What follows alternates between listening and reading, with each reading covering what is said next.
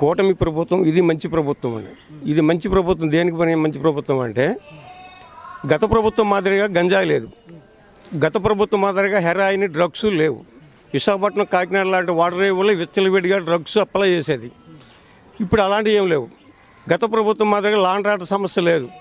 ఎక్కడ చూసినా law and order గతంలో తప్పుడు కేసులు పెట్టేసి రౌడీల చేత కొట్టించేసి నానా రాద్ధాంతం చేసేవారు.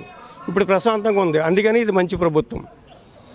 అలాగే తిరుమలలో చూసుకున్నట్లయితే గత 5 సంవత్సరాల కాలంలో ప్రసాదంలో కూడా ప్రజలు తినే భక్తులు తినే ఆహారంలో కూడా కల్తీ. ఎంత దారుణమైన పరిస్థితులు అంటే ఈ జగన్మోహన్ రెడ్డి పుట్టగదులు ఉండవు. ఏ రోగం చచ్చిపోతాడో తెలియదు కానీ వాళ్ళ నాన్నగారు దారుణమైన సాగు చేస్తాడు. వీడు తిరుపతి లడ్డు కల్తీ ఏంటండి, మళ్ళీ పైపెచ్చేమో ప్రతిపక్షాల మీద నెట్టేస్తాడు. ఇది మంచి ప్రభుత్వం దేనికంటే ఫస్ట్ తారీఖే జీతాలు ఇస్తున్నారు ఎంప్లాయీస్కి, ఫస్ట్ తారీఖే పింఛన్లు ఇస్తున్నారు. అనుకునే విధంగానే ప్రభుత్వం రాగానే 7,000 ఇస్తాము, 7,000 ఇచ్చేశారు. అలాగే 4,000 రూపాయలు పింఛన్ ఇస్తాం, 4,000 రూపాయలు పింఛన్ ఇస్తున్నారు. అందుకని ఇది మంచి ప్రభుత్వం. అలాగే గ్యాస్ బండ్లు ఇస్తామన్నారు, ఫస్ట్ తారీఖు నుంచి గ్యాస్ బండ్లు కూడా ఇస్తున్నారు.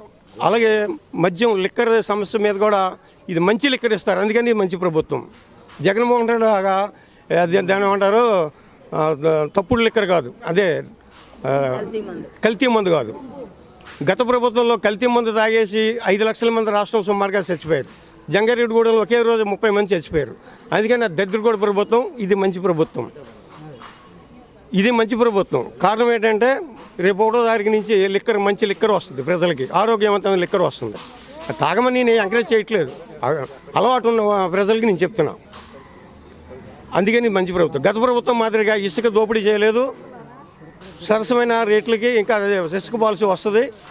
ప్రజలకు అందుబాటులో ఉన్నటువంటి చక్కని నిర్మాణాలు జరుగుతూ ఉంటాయి. ఇసుక పాలసీ కానీ, మట్టి కానీ, అలాగే ఈ సంక్షేమ పథకాలు కానీ అనేటువంటి వస్తాయి.